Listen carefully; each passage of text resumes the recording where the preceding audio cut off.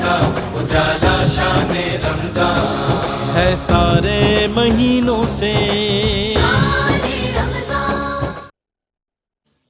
بسم اللہ الرحمن الرحیم۔ مولا یا صلی وسلم دائماً ابدا علی حبیبک خیر الخلق کلہم۔ اتری میرے خیال پہ مشک ختن تمام، اتری میرے خیال پہ مشک ختن تمام، سوچا خدا کا نام تو مہکا بدن تمام، سوچا خدا کا نام تو مہکا بدن تمام۔ آؤ زباں کو ذکر الہی سے تر کریں، آؤ زباں کو ذکر الہی سے تر کریں، فکر و دل و نگاہ کی اترے تھکن تمام، فکر و دل و نگاہ کی اترے تھکن تمام۔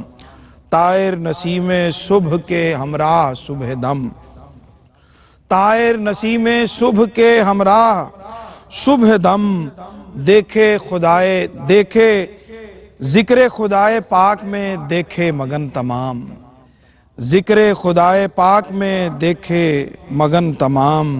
لکھا میرے قلم نے جب ایاک نستعین، لکھا میرے قلم نے جب ایاک نستعین، خوشبو مثال ہو گئے حرف و سخن تمام، خوشبو مثال ہو گئے حرف و سخن تمام۔ اور سانسوں میں اس کے ذکر کی نوبت کی گونج ہے، تسبیح جس کی کرتے ہیں کوہ و دمن تمام۔ حمد کے ان اشعار کے ساتھ ناظرین کرام، شان رمضان کی یہ خصوصی ٹرانسمیشن ARY کی ٹی وی کے لاہور اسٹوڈیو سے آپ دیکھ رہے ہیں، اور نعمت افطار میں آغاز ہوتا ہے اس پروگرام سے لاہور اسٹوڈیو سے، اور اس میں پروگرام آپ دیکھتے ہیں عظیم لوگوں کے اخلاق۔ آج بھی انشاءاللہ ہم اس اہم موضوع پر بہت ہی خوبصورت گفتگو کریں گے۔ مہمان ہمارے ساتھ تشریف فرما ہیں اور بہت ہی محترم اور معتبر مہمانان گرامی آج کی اس نشست میں ہمارے ساتھ موجود ہیں۔ جناب مفتی محمد رمضان سیالوی صاحب، خوش آمدید کہتے ہیں جناب، 2 دن کے وقفے کے بعد آپ کو خطیب جامع مسجد داتا دربار، اور یقیناً آپ کی جو ذمہ داریاں ہیں اس کی وجہ سے جمعرات اور جمعہ ہم آپ کی تشریف آوری سے زیارت سے محروم رہتے ہیں۔ اور ہمیں آج جوائن کیا ہے سید ہارون رشید آستانہ عالیہ بوکن شریف صاحب سے، ان سے آج ان کو خوش آمدید بھی کہتے ہیں اور ان کا شکریہ بھی ادا کرتے ہیں کہ آج وہ ہمارے ساتھ اس نشست میں تشریف فرما ہے۔ ہماری خوشبختی ہے رمضان المبارک میں آج پہلے دن حضرت خواجہ غلام قطب الدین فریدی صاحب کسی تعارف کے محتاج نہیں ہیں، اور ہمیشہ جب بھی تشریف لاتے ہیں ان کو دیکھ کر، ان کو مل کر، ان کی گفتگو سن کے تسکین ملتی ہے۔ حضرت بہت شکریہ آپ کی تشریف آوری کا۔ ڈسکا سے ہمارے بہت ہی ممتاز محترم خوشگلو شناخواہ محمد نعمان ارشد غوری بھی تشریف فرما ہے، آپ کو بھی خوش آمدید کہتے ہیں۔ بسم اللہ، کلام عطا فرمائیے۔ خواجہ صاحب کی موجودگی میں خواجہ صاحب کا لکھا ہوا بڑا خوبصورت کلام ہے۔ ذرے اس خاک کے تابندہ ستارے ہوں گے، ذرے اس خاک کے تابندہ ستارے ہوں گے، جس جگہ آپ نے، جس جگہ آپ نے نالین اتارے ہوں گے۔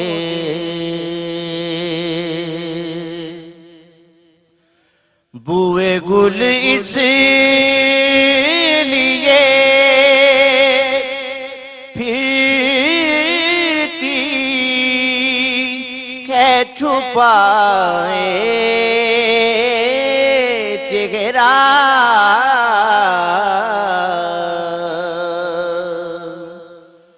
بوئے گل اس لیے پھرتی ہے چھپائے چہرہ،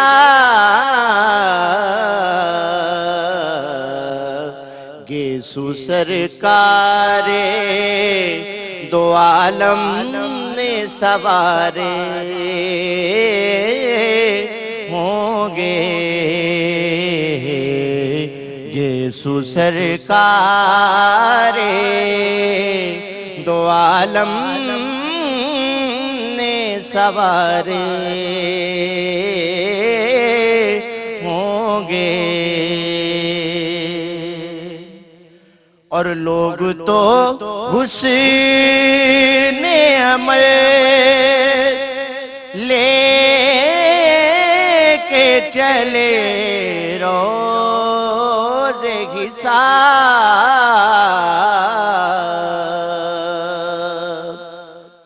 لوگ تو حسن عمل لے کے چلے روز حساب، سرورا ہم تو فقط تیرے سہارے ہوں گے، سرورا ہم تو فقط تیرے سہارے ہوں گے، اور اٹھ گئی جب تیری جانب وہ کرم بار نظر،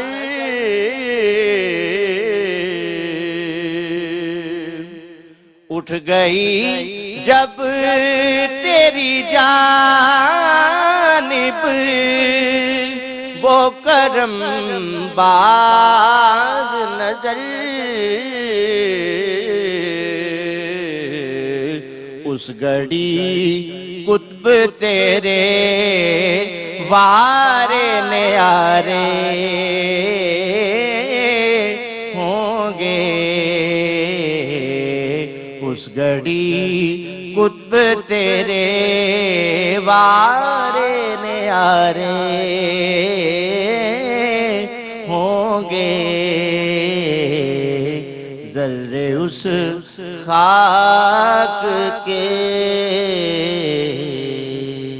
ماشاءاللہ سلامت رہیں جناب، بہت خوبصورت کلام خوبصورتی سے ماشاءاللہ آپ نے پیش کیا اور حضرت تشریف فرما ہے۔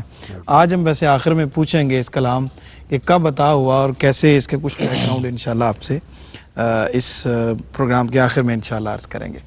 گفتگو کا آغاز حضرت کرتے ہیں اور عظیم لوگوں کے اخلاق میں، ان کے کردار میں جو خوبیاں بنیادی ہوتی ہیں اور وہ ہمارے اندر بھی ہونی چاہیے کسی نہ کسی درجے کی، اس میں اظہار و قربانی جو ہے وہ ہمیشہ سے ایسے بندوں کا جن کے اخلاق عظیم ہوتے ہیں ان کے اندر اظہار و قربانی کا جو جذبہ ہے وہ موجود رہا، اور اہل بیت اطہار میں خاص طور پہ ہم دیکھتے ہیں، اصحاب رسول میں خاص طور پہ ہم دیکھتے ہیں اظہار و قربانی اور ان دو ہستیوں کے اخلاق۔ جی ڈاکٹر صاحب بہت شکریہ۔ بنیادی طور پر کسی بھی شخصیت کی جو پرسنالٹی گرومنگ اور ڈیولپمنٹ کے بعد اس کا ایک خاکہ لوگوں کے سامنے آتا ہے تو وہ مختلف اوصاف جب اس میں مجتمع ہو جاتے ہیں تو اس کے نتیجے میں ہی ایک بہت اچھی شخصیت کا تصور ٹھیک آپ کے سامنے آتا ہے۔ بالکل ٹھیک۔ اب جب ہم اس اینگل سے حضور علیہ السلام کے اہل بیت اطہار رضوان اللہ تعالی علیہم اجمعین اور صحابہ کرام رضی اللہ تعالی عنہم اجمعین کو دیکھیں تو وہ بنیادی طور پر ان تمام خوبیوں اور صفات کو اپنی ذوات کے اندر جمع کرنے والے، بے شک بے شک، اور ان کو اپنے اندر جمع کرنے کے بعد ہی پھر وہ ان اوصاف کی وجہ سے، ان کمالات کی وجہ سے وہ امت میں مقتدا، رہنما اور آئیڈیل، ایمان کے لیے معیار اور ممتاز قرار پاتے ہیں۔ بالکل ٹھیک ان میں جو ایثار اور قربانی ہے وہ ایک بڑا اہم وصف ہے۔ ٹھیک۔ اچھا پہلے یہ سمجھ لیں کہ ایک ہوتا ہے صدقہ، ایک ہوتا ہے ایثار، ایک ہوتا ہے قربانی، سبحان اللہ۔ تینوں کے اپنے اپنے لیول ہیں۔ صدقہ کا مطلب یہ ہے کہ چیز آپ کے پاس آپ کی ضرورت کی موجود ہے اور پھر ایکسٹرا ہے تو آپ اسے دے دیتے ہیں۔ ٹھیک، آپ کی ضرورت کی آپ نے رکھ لی، باقی آپ نے دے دی، یہ صدقہ ہے۔ صحیح ایثار کا لیول اس سے اوپر ہے صحیح۔ اثار کا لیول یہ ہے کہ آپ کو خود اس کی ضرورت ہے، آپ خود چاہتے ہیں کہ آپ وہ چیز اپنے پاس رکھیں، ٹھیک، لیکن آپ اپنی ضرورت کو دوسرے مسلمان بھائی کے لیے قربان کر دیتے ہیں اور اسے اثار کر دیتے ہیں۔ والذین یؤثرون علی انفسہم ولو کان بہم خصاصہ، سبحان اس کی جو ڈیفینیشن ہے وہ قرآن مجید نے خود اس آیت میں اثار کے ساتھ بیان کی ہے۔ اور اس کا تو اصحاب رسول جہاں پہ جی ہاں، وہ جنگ کے اندر پانی اب آخری موقع پر بھی انہوں نے اثار کیا۔ اچھا، بالکل ٹھیک، ظاہر ہے۔ اچھا، ایک آپ کے بتانے سے میں ایڈ کرتا چلوں، قرآن مجید کی کچھ آیات وہ ہیں کہ جو آیات اترتی ہیں تو صحابہ اس کی تفسیر بنتے ہیں، جی بے شک، صحیح، پھر اس کے مظاہر ان میں نظر آتے ہیں۔ ٹھیک، قرآن کا ایک اعجاز، اصحاب رسول اہل بیت اطہار کی ایک شان یہ ہے کہ مظاہر تربیت مصطفیٰ کریم صلی اللہ علیہ وسلم کی وجہ سے ان میں ظاہر ہوتے ہیں اور قرآن اس پہ آیات کو اتارتا ہے، ان کی تحسین فرماتا ہے۔ یہ دونوں چیزیں قرآن پاک کے ساتھ ساتھ چلتی ہیں۔ اس کے واقعات تو ڈھیروں ہیں جو ہم آگے چلائیں گے اور عرض کریں گے۔ تو اثار کا درجہ اس سے اوپر ہے، ٹھیک، اور جب قربانی کی بات آتی ہے تو قربانی اس سے بھی اوپر ہے۔ سبحان اللہ، قربانی کے اندر ایک خاص وصف یہ ہے کہ ایثار کے اندر آپ کی ذات باقی رہتی ہے، آپ اپنی ذات کے ساتھ موجود رہتے ہیں، ٹھیک، اور پھر آپ چیز کو دے دیتے ہیں۔ قربانی کا تصور یہ ہے کہ آپ اپنی ذات کو بھی فنا کر دیتے ہیں، اپنی ذات کو بھی پیش کر دیتے ہیں۔ اب ان تینوں میں اگر دیکھیں، صدقہ کو، ایثار کو، قربانی کو، اہل بیت اطہار مولا کائنات سے شروع کریں، حضرت امام حسن مجتبیٰ کا سب کچھ ہوتے ہوئے خلافت کو سپرد کر دینا، جی ہاں، اور پھر ان حالات سے گزرنا، امام علی مقام اور دیگر تمام اصحاب رسول کو، حضرت صدیق اکبر رضی اللہ تعالی عنہ سے لے کے حضرت عمار بن یاسر تک سب کو دیکھ لیں تو میں تو کہتا ہوں کہ ان کا سراپا مجسم نظر ہی آتے ہیں، بالکل وہ ٹھیک، آپ کہہ لیجئے کہ صدقات سے ہے، وہ ایثار سے ہے اور قربانیوں سے مجسم نظر آتا ہے۔ جی ناظرین کرام، ایک چھوٹا سا وقفہ ہے، ہمارے ساتھ رہیے، لوٹتے ہیں اور پھر یہیں سے آغاز کرتے ہیں۔ جی ناظرین، خوش آمدید کہتے ہیں وقفے کے بعد آپ کو۔ پروگرام دیکھ رہے ہیں آپ عظیم لوگوں کے اخلاق، نعمت افطار، ARY-Q TV کے لاہور اسٹوڈیو سے، اور بریک پہ جانے سے پہلے بہت اچھی گفتگو قبلہ مفتی صاحب نے فرمائی، اور اس میں صدقہ، ایثار اور قربانی کا کے مدارج کو آپ نے بیان فرمایا بڑی خوبصورتی کے ساتھ۔ آگے چلتے ہیں اور خواجہ غلام قطب الدین فریدی صاحب ہمارے ساتھ تشریف فرما۔ حضرت، ناشکری کا وصف عمومی طور پہ انسان کے اندر پایا جاتا ہے، اور جب ہم اس کو دیکھتے ہیں اصحاب رسول کی زندگی میں اور عظیم لوگوں کے کردار میں، اخلاق میں دیکھتے ہیں، اہل بیت اطہار کی زندگی میں دیکھتے ہیں، تو وہ ان کے اندر شکر گزاری کا جذبہ بہت زیادہ نظر آتا ہے۔ تو کس طرح ہم استفادہ کرتے ہوئے اپنی زندگی کو ان کے کردار کے مطابق ڈھالنے کی کوشش کرتے ہوئے رب کے شکر گزار بندے بن سکتے ہیں؟ بسم اللہ الرحمن الرحیم۔ شکریہ جناب۔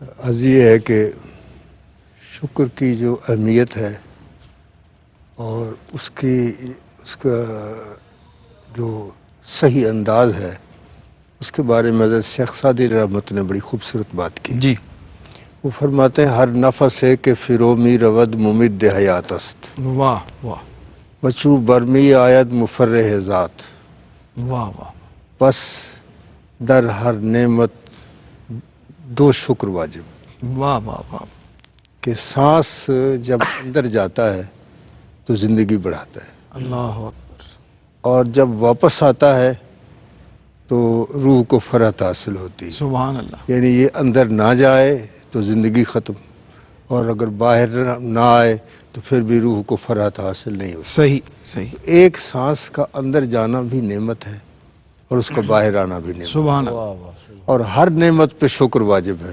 اللہ اکبر، ایک سانس پہ تو 2 مرتبہ شکر واجب ہے۔ کیا کہنے، واہ واہ واہ، اور پھر اس کے بعد جب یہ صورتحال ہے تو حضرت شیخ سعدی علیہ رحمت فرماتے ہیں، از دست و زبان کے برآیت کس عہدہ شکرش بدر آیت، واہ واہ، کس کے سبحان ہاتھ اور اللہ، زبان سے یہ ممکن ہے کہ اس کے شکر کی ذمہ داری کو ادا کر سکے۔ اللہ اکبر، اور جہاں تک وہ لوگ جن کا آپ ذکر فرما رہے ہیں، اچھے لوگ، صالح لوگ جنہوں نے شکر ادا کیا، ان کے بارے میں ایک بزرگ نے دوسرے بزرگ سے پوچھا جی، کہ آپ کا کیا حال ہے؟ تو انہوں نے فرمایا کہ اگر مل جائے تو کھا لیتے ہیں، نہ مل جائے تو صبر کرتے ہیں۔ ٹھیک، انہوں نے پوچھا پھر آپ کا کیا حال ہے؟ انہوں نے کہا نہ ملے تو شکر کرتے ہیں، مل جائے تو تقسیم کر دیتے ہیں۔ واہ واہ واہ واہ، سبحان اللہ۔ یہ ہے ان اچھے لوگوں کے اوصاف، ہمیں ان پہ عمل کرنا چاہیے۔ ٹھیک ٹھیک۔ ایک واقعہ لکھتے ہیں حضرت علامہ اسماعیل حقی رحمۃ اللہ تعالیٰ علیہ، وہ فرماتے ہیں کہ ایک راہب تھا، وہ مینار کے اوپر رہتا تھا اور اس کے لیے آسمان سے کھانا آتا تھا، ٹھیک۔ وہ کھا کے عبادت میں مصروف ہو جاتا تھا۔ بہت عرصہ ایسا ہوتا رہا۔ ایک دفعہ اس ذات نے سوچا کہ اس کو ذرا آزمایا جائے۔ آزمائے جانے کا مقصد یہ نہیں ہوتا کہ وہ اس کو علم نہیں ہے، یہ اس کے لیے جیسے اسکول میں امتحان ہوتے ہیں تو وہ ظاہر ہے استاد کو تو سارا پتہ ہوتا ہے۔ ٹھیک۔ تو ایک دن کھانا نہیں آیا، دوسرے دن نہیں آیا، تیسرے دن نہیں آیا، بھوک نے ستایا تو نیچے اترا مینار سے۔ سامنے ایک یہودی کا گھر تھا، اس کا دروازہ کھٹکھٹایا، اس سے کہا کہ مجھے بھوک لگی ہوئی ہے۔ اس نے 2 روٹیاں دے دیں۔ وہ جب وہ واپس آنے لگا تو اس کا ایک یہودی کا کتا تھا، اس نے بھونکنا شروع کر دیا اور اس کی بھونکنے میں شدت پیدا ہوتی گئی۔ اس نے سوچا کہ یہ کہیں مجھے کاٹ نہ لے، اس نے پھر آدھی روٹی اس کو ڈال دی۔ اس نے فٹافٹ آدھی روٹی کھا کے پھر وہی کام شروع کر دیا، پھر دوسری آدھی، تیسری، چوتھی، حالانکہ دونوں روٹیاں اس کو کھلا دی، پھر بھی اس نے بھونکنا ختم نہیں کیا۔ پھر اس نے اس سے کہا تمہیں شرم نہیں آتی کہ میں نے تمہارے مالک سے 2 روٹیاں لی ہیں اور دونوں تمہیں دے دی ہیں اور پھر بھی تم بھونک رہے ہو، تمہیں شرم نہیں آتی؟ تو اس نے کتے نے اللہ تعالیٰ سے عرض کی یا اللہ مجھے زبان عطا فرما اور میں اس کا جواب دوں۔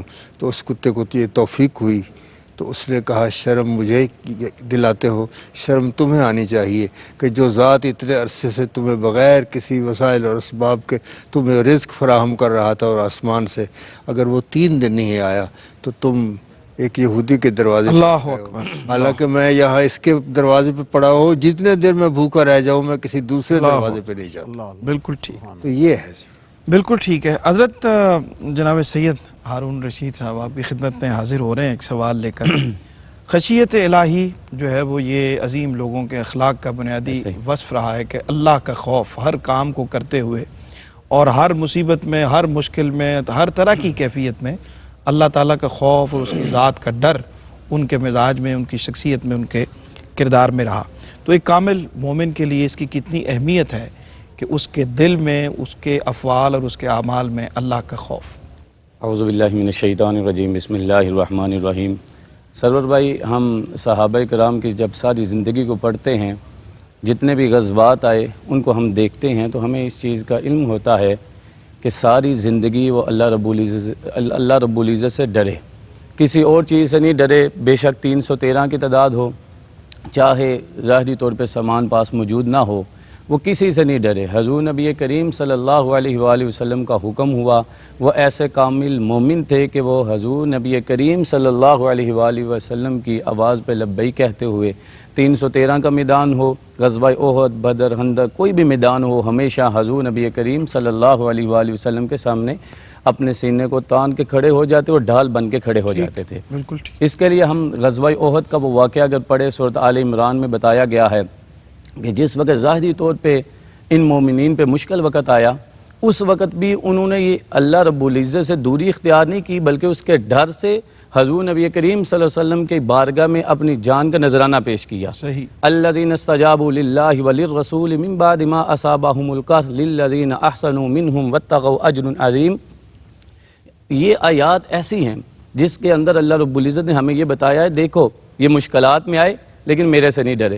70 سے زائد صحابہ نے حضور نبی کریم صلی اللہ علیہ وآلہ وسلم کے نام پہ اپنی جان کو قربان کیا، اور حضرت زید ایک ایسے صحابی تھے کہ جنہوں نے ایسے قربانی دی، آپ کے سامنے ڈال بن کے کھڑے ہو گئے، تیر لگتے گئے، 1 لگا، 2 لگا، تیر بے شمار تیر لگے، اور جب آخری سانس آیا تو حضور نبی کریم صلی اللہ علیہ وآلہ وسلم نے پاس بلایا۔ جیسے دیکھیں کیسا آخری وقت ان کو خوبصورت آیا، ہم بھی یہی دعا مانگتے ہیں، جیسے ہی آپ کے قریب پہنچے، آپ کے قدموں میں گرتے ہیں، اسی وقت کلمہ پڑھ کے اللہ رب العزت کی بارگاہ میں اپنی جان کو سپرد کر دیتے ہیں۔ جب ان لوگوں نے یہ قربانیاں دی، یہ اثار کا یہ جذبہ دیا، یہ مومنین نے ہمیں اپنی سیرت دکھائی، تو پھر اللہ رب العزت نے ارشاد فرمایا فَانْقَلَبُوا بِنِعْمَةٍ مِّنَ اللَّهِ وَفَضْلٍ لَّمْ يَمْسَسْهُمْ سُوءٌ وَاتَّبَعُوا رِضْوَانَ اللَّهِ وَاللَّهُ ذُو فَضْلٍ عَظِيمٍ۔ فرمایا یہ وہ لوگ ہیں جن پہ میں اپنا فضل فرماتا ہوں۔ تو آج کی اس محفل میں، مجلس میں ہم اس پلیٹ فارم سے اگر کچھ سمجھنا چاہیں تو وہ یہ ہے کہ ہم بھی چاہتے ہیں کہ اللہ رب العزت کے فضل کو تلاش کرے تو اس کا فضل صرف اس بات میں ہے کہ ہم اطاعت رسول میں آ جائیں، اور جو بھی حضور نبی کریم صلی اللہ علیہ وآلہ وسلم کی اطاعت میں آ جاتا ہے، جیسے جناب سیدنا ابو بکر صدیق رضی اللہ تعالی عنہ نے پہلا خطبہ کعبہ کے سامنے دیا، مشکلات تھی، وحدہ لا شریک کا اعلان کیا، مشکلات، قبیلہ، گروہ، برادری کسی کو نہیں دیکھا، محلہ، علاقہ کسی کو بھی نہیں دیکھا، کہا جب وہ ایک ہے تو میں اعلان کروں گا۔ پھر آپ اس واقعے کو پڑھے، اتنی مشکل آئی کہ بے ہوشی کی حالت میں وہ چلے گئے، اتنی تکلیف دی گئی، لیکن جب ہوش میں آئی تو ایک ہی بات پوچھی، مجھے بتائے میرے کریم نبی کا حال کیسا ہے۔ تو یہ وہ لوگ ہیں کہ جن لوگوں نے ہمیں یہ بتایا ہے کہ ایک مومن کا کام صرف ہے اللہ رب العزت سے ڈرنا، باقی نہ کسی سے اس کا ڈرنا بنتا ہے، اور جو رب کے ساتھ وہ لگا لیتا ہے پھر دنیا بھی اسی کی ہو جاتی ہے، آخرت بھی رب اسے ہی عطا فرماتا ہے۔ کیا بات ہے، سبحان اللہ سبحان اللہ۔ مفتی صاحب قبلہ، معافی اور درگزر کرنا ہماری زندگیوں سے نکلتا جا رہا ہے، ہم ہر حال میں بدلہ لینے کو کے پیچھے اپنی تمام صلاحیتیں صرف کرتے ہیں، لیکن یہ بہت بڑا وصف ہے، اخلاق کی بہت بڑی خوبی ہے معاف کر دینا، یا بلکہ معافی مانگ لینا، یہ بھی ایک اور درجہ ہے اس کا کہ آپ کے اندر معافی مانگنے کا بھی جذبہ پیدا ہو جائے، معاف کرنا جو ہے وہ اس سے الگ ایک وصف ہے۔ صحابہ کرام کی زندگی میں اور اہل بیت اطہار کی زندگی میں معاف کرنے کی، درگزر کرنے کی جو ایک اعلیٰ وصف نظر آتا ہے ان کی شخصیت میں، اس پہ عطا فرمائے۔ بہت شکریہ۔ چونکہ یہ سارے صوتے اخلاقیات کے بارگاہ مصطفیٰ کریم صلی اللہ علیہ وسلم سے پھوٹے اور عطا ہوئے، ایسے اس لیے اہل بیت اطہار میں یہ اوصاف اور خاص طور پر عفو درگزر والا جو معاملہ ہے وہ اس میں بھی بے مثل و بے مثال نظر آتے ہیں۔ صحابہ کرام، کیوں فتح مکہ کے موقع پر صحابہ کرام نبی پاک علیہ السلام کی جو عام معافی کا اعلان تھا اس میں وہ منظر دیکھ چکے تھے، اور اس سے پہلے حالات سے وہ خود گزر چکے تھے، بلکہ ان کا تو ذہن یہ تھا کہ آج بدلے کا دن ہے، تو یوم المرحمہ، آج تو بدلے کا دن ہے، تو حضور علیہ السلام نے وہاں روک کر جو فرمایا نہیں، آج مرحمہ، آج تو معافی اور آج تو رحم کرنے کا دن ہے۔ تو وہ چونکہ مناظر اور وہ مثالیں ان کے سامنے تھیں، اس کا عکس ان کی مزاج اور طبیعت میں موجود تھا۔ یہی وجہ ہے کہ کربلا کے میدان میں ان مظالم کے جو آئی وٹنس ہیں وہ امام سجاد علی بن حسین امام زین العابدین رضی اللہ تعالیٰ عنہ ہیں، لیکن بعد کے احوال اور واقعات میں اگر ہم دیکھیں تو اللہ اکبر، وہ جس طرح سراپا عفو درگزر نظر آتے ہیں، بلکہ میں نے آپ کے حوالے مبارکہ میں پڑھا کہ ایک شخص آیا اور اس نے آ کر آپ کو برا بھلا کہنا شروع کر دیا، اور جو آپ کے مصاحبین تھے وہ سوچ رہے تھے کہ آپ ضرور اس پر کچھ فرمائیں گے۔ حضرت امام زین العابدین خاموش رہے، جب وہ چلا گیا تو کچھ دیر کے بعد آپ نے فرمایا کہ آؤ میرے ساتھ چلتے ہیں اس کے پاس، تو سب نے سمجھا کہ شاید اب اس کا جواب دینے کے لیے جا رہے ہیں۔ تو جب دروازے پر پہنچے اس کو بتایا گیا کہ امام زین العابدین تشریف لائے ہیں، تو اس کو بھی اندازہ فطرتی طور پہ ہو گیا کہ بھئی اب آئے ہیں بدلہ لینے کے لیے۔ جب آپ باہر نکلے تو آپ نے فرمایا بس جو باتیں تو نے اندر میری طرف منسوب کی ہیں، اگر وہ میرے اندر ہیں تو اللہ تعالیٰ مجھے معاف فرمائے، اور اگر میرے اندر نہیں ہیں اور تو نے منسوب کی ہیں تو اللہ تجھے معاف فرمائے۔ کیا بات ہے۔ یہ جملہ سن کر قدموں میں گرا، معافی مانگی۔ اس نے کہا نہیں جی، بات یہ ہے کہ جو کچھ میں نے آپ کی طرف منسوب کیا وہ مجھ میں ہے، ٹھیک، اور میں اللہ تعالیٰ کی بارگاہ سے معافی مانگتا ہوں۔ اور پھر اس کے بعد کے احوال، بلکہ میں تو جب ان ہستیوں کو پڑھے نا جی، خاص طور پر اہل بیت اطہار، تو یہ ہر زمانے میں یہ جو حکومت اور بہت سارے معاملات میں وہ مطلب مظلومین اور ظلم سہنے والوں میں ان کی روایت میں ہے، لیکن اس کے باوجود ان کی طرف سے معافی، درگزر، عفو، اور عفو کا وصف یاد رکھیں، سمجھنا چاہیے، بندہ بدلہ نہیں لے سکتا، خاموش ہو جاتا ہے، ٹھیک، یہ تو صبر ہے، یہ تو مجبوری ہے صحیح صحیح کہ آپ کچھ کر ہی نہیں سکتے.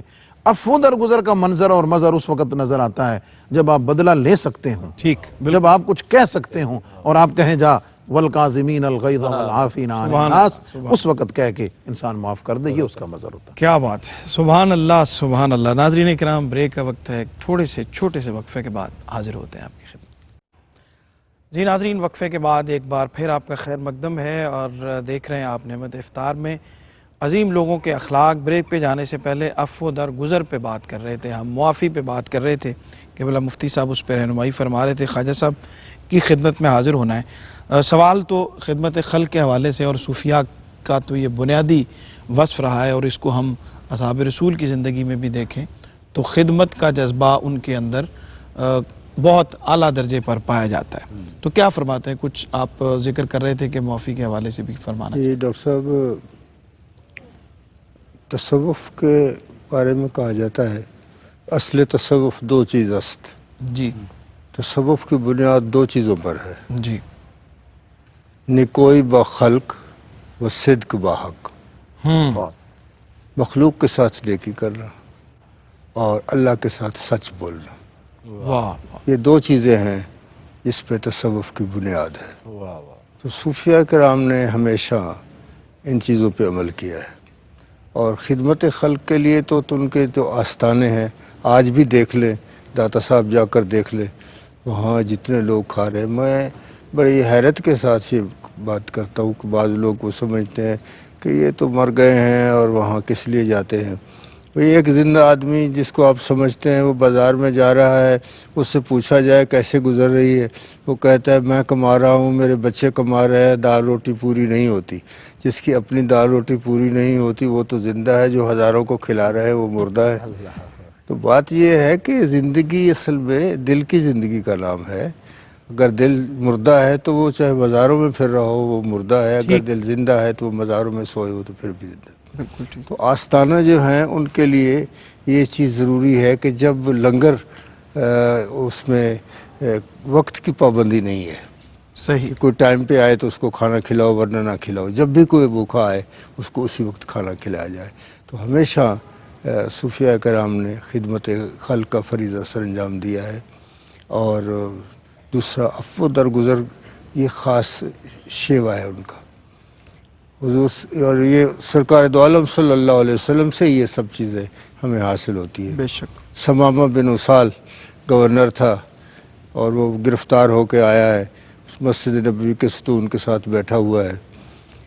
حضور تشریف لاتے ہیں, فرماتے اسامہ میری طرف دیکھ. وہ نہیں دیکھتا اور کچھ گستاخی کرتا ہے کہ میں اس چہرے کو نہیں دیکھنا چاہتا. حضور واپس تشریف لے جاتے. دوسرے دن اسی طرح, تیسرے دن اسی طرح. بالآخر آپ نے فرمایا اس کو چھوڑ دو. اس کو چھوڑ تو دیا گیا. اب یہ دیکھو کون ایسا کر سکتا ہے آج کا کوئی بادشاہ یا کوئی حاکم کہ جس کے ساتھ اتنی گستاخی اور بے ادبی کی جائے اور پھر وہ اس کو کہے چھوڑ دیے. حضور نے اس کو چھوڑ تو دیا لیکن ایسے نہیں چھوڑا, اس کو اپنا بنا کے چھوڑ. کیا اسیری ہے, کیا رہائی ہے. وہ جاتا ہے حوض تک دوڑتا ہوا تو سوچتا ہے کہ میں اگر دیکھ لیتا چہرہ تو کیا حرج تھا, انہوں نے 3 دن کے بعد بھی مجھے چھوڑ دیا ہے. تو پھر سوچا کہ میں واپس چلا جاتا ہوں, جا کے دیکھ زیارت کر لیتا ہوں. تو وہ سوچتا ہے کہ جو یہاں آتا تھا حوض پہ وضو کرتا تھا اور پھر آگے جاتا تھا, میں بھی وضو کر لوں. وضو کر کے اس سے زیادہ سپیڈ کے ساتھ جاتا ہے. تو جب جا کے سرکار کے چہرے انور کو دیکھتا ہے تو پھر پلٹ کر نگاہ نہیں آئی, تم پہ قربان ہو گئی ہوگی, اور پھر وہ مشرف اسلام ہو گیا. کیا بات. یہ سرکار کا عفو درگزر کا یہ سلسلہ تھا. بالکل ٹھیک.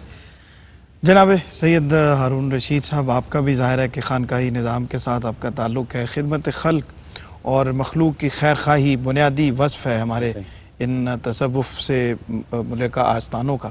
اس حوالے سے آپ بھی کچھ ایڈ کیجیے. میں اس میں یہ عرض کرنا چاہوں گا کہ انبیاء ہوں, صوفیاء ہوں, صحابہ کرام ہوں, اہل بیت ہوں, سب سے پہلا بنیادی وصف جو ان میں ہوتا ہے وہ خدمت خلق ہے. ٹھیک. جس بندے کا مخلوق کے ساتھ رابطہ مضبوط ہوتا ہے, رب بھی اس کے ساتھ اپنے رابطے کو مضبوط فرما دیتا ہے. سبحان اللہ, سبحان جس طرح آپ نے خانقاہی نظام کا فرمایا, تو میں جس خانقاہ سے تعلق رکھتا ہوں اور ہمارا ایک محبت کا تعلق ہے آستانہ عالیہ بیرا شریف، وہاں آج بھی ہزاروں کی تعداد میں لوگ جو ہیں وہ علم حاصل کر رہے ہیں، اور آج بھی حضور سیدی ضیاء الامت کا وہ فیضان عام ہے۔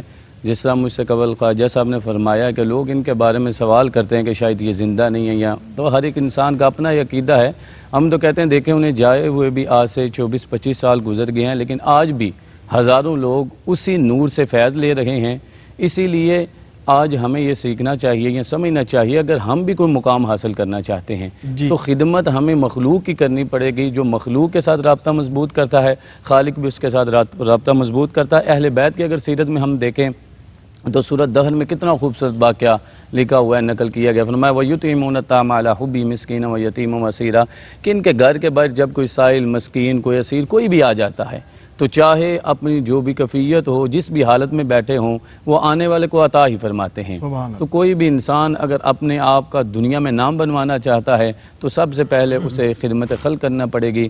آج رمضان مبارک میں یہ بالخصوص وہ مہینہ ہے جس میں میرے اور آپ کے کریم نبی نے ارشاد فرمایا کہ اللہ رب العزت رزق کو کھول دیتا ہے، تو ہمارے دسترخوان وسیع ہونے چاہیے۔ جس طرح مجھ سے قبل فرمایا گیا داتا کی نگری میں بیٹھے ہوئے ہیں، ہم پاک پتن شریف چلے جائیں یا دنیا کے کسی کونے میں بھی چلے جائیں تو ہمارے صوفیاء، بالخصوص چشتی صوفیاء یا باقی تمام صوفیاء نے یہ قربانیاں دے کے اپنی نسلوں کو وقف کر کے اس دین کے لیے ہمیں یہ بتایا ہے کہ اگر ہم بھی اپنے نام کو بلند کرنا چاہتے ہیں، فَاذْكُرُونِي أَذْكُرْكُمْ وَاشْكُرُوا لِي وَلَا تَكْفُرُونَ کے ضمن میں آنا چاہتے ہیں تو ہمیں بھی مخلوق کے لیے کچھ کرنا پڑے گا۔ اللہ رب العزت ان باتوں کو سمجھنے کی ہمیں توفیق عطا فرمائے، اور ہمیں اپنے ملک پاکستان اور اپنی ریاست کے لیے، اپنے لوگوں کے لیے آسانیاں پیدا کرنے کی توفیق عطا فرمائے۔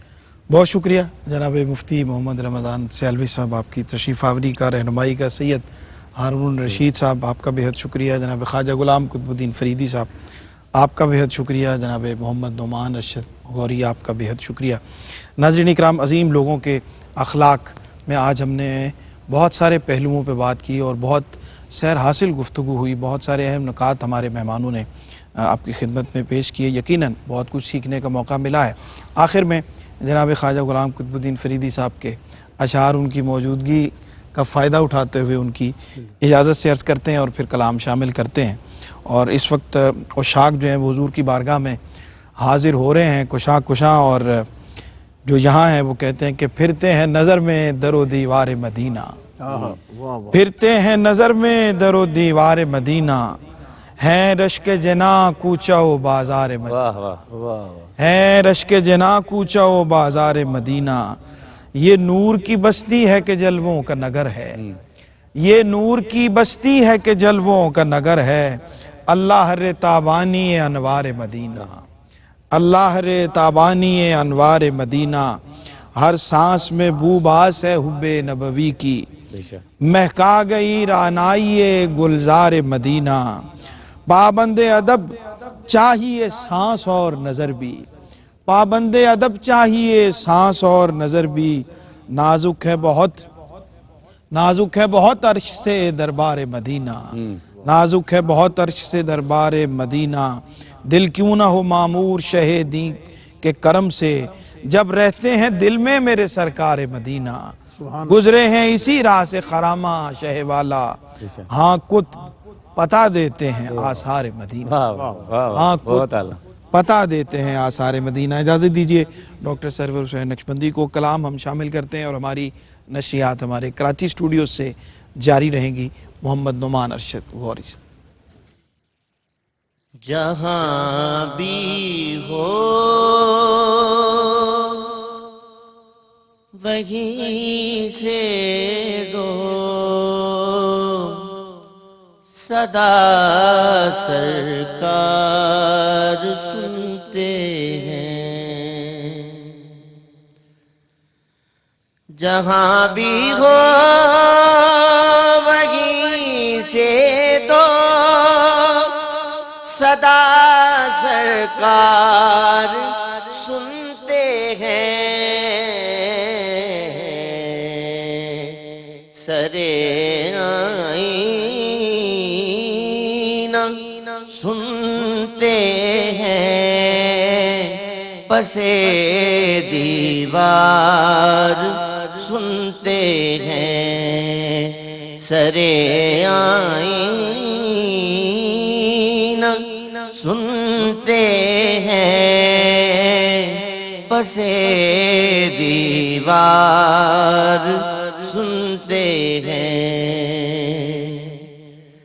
میری ہر سانس ان کی آہٹوں کے ساتھ چلتی ہے،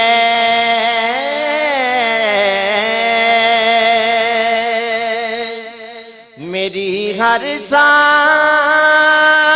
ان کی آہٹوں کے ساتھ چلتی ہے، میرے دل کے دھڑکنے کی بھی وہ رفتار سنتے ہیں، میرے دل کے دھڑکنے کی بھی وہ رفتار سنتے ہیں، گناہ گاروں درود والہانہ بھیج کر دیکھو،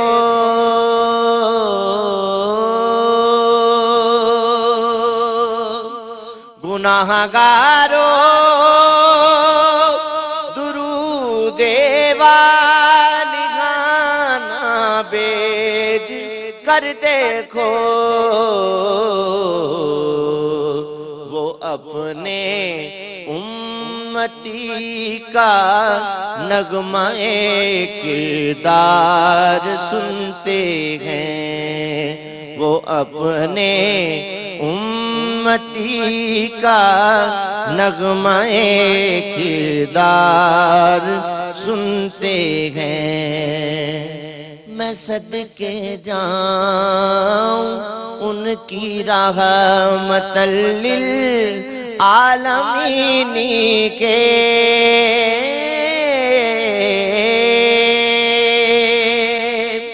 میں صدقے جاؤں ان کی رحمت للعالمین کے، پکارو چاہے جتنی بار وہ ہر بار سنتے ہیں، جہاں بھی ہو وہیں سے دو صدا سرکار سنتے ہیں۔